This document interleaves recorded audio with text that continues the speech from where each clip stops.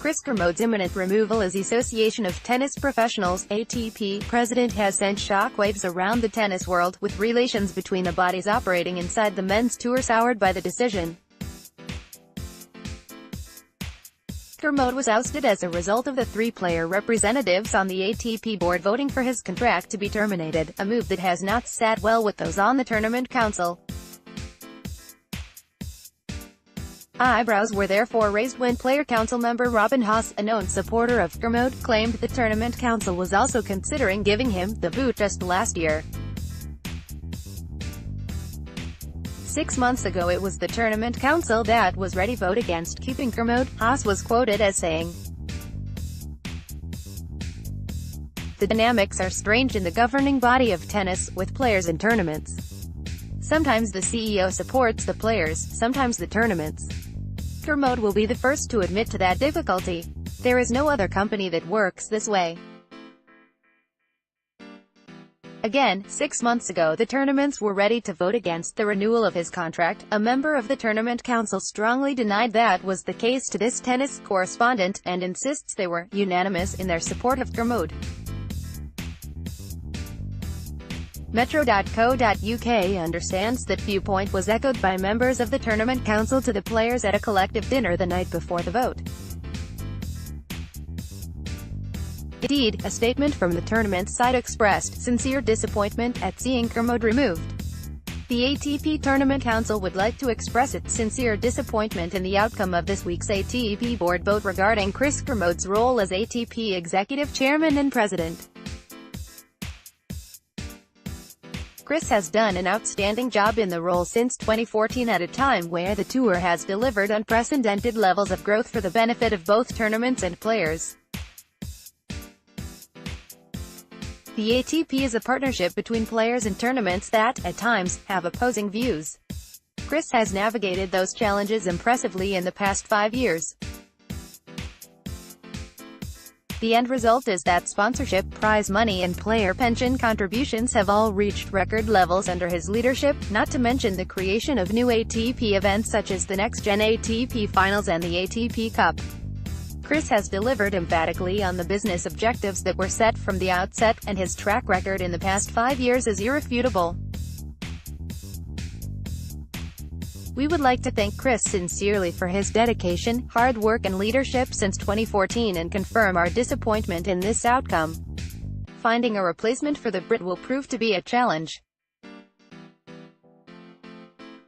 Sourcing a candidate who is accepted by the tournaments and players is not thought to be a straightforward task, with relations between the two factions at an all-time low. Tennis Australia chief Craig Tiley has been linked to the post, but he enjoys a lot of sway in his current role and is not thought to be keen to jump into what can only be described as a toxic situation on ATP shores. Justin Gimelstob, who was present at the dinner between the two councils earlier this week, is understood to have been pulling a lot of the strings behind Kermode's departure, but his own chances of assuming command have been seriously dented by his own legal situation. Gimelstob is facing charges of battery for allegedly assaulting venture capitalist Randall Kaplan in October last year. As it stands, he has little hope of taking on the role, with the tournament council vehemently opposed to his appointment, regardless of his fate in court. That said, in the murky world of tennis politics, anything is possible. Cincinnati tournament director Andrei Silva, who used to represent Bulgarian player Grigor Dimitrov, has also been mentioned. However, he is also understood to not have the support of the tournament council. Tournament chiefs are likely to be suspicious of any candidate put forward by the players, and as such, a lengthy standoff may prove to be inevitable. The process to appoint Kermode was long and drawn out, and the position may be viewed as something as a poisoned chalice by those capable of stepping into the role, such as the divide between the two councils.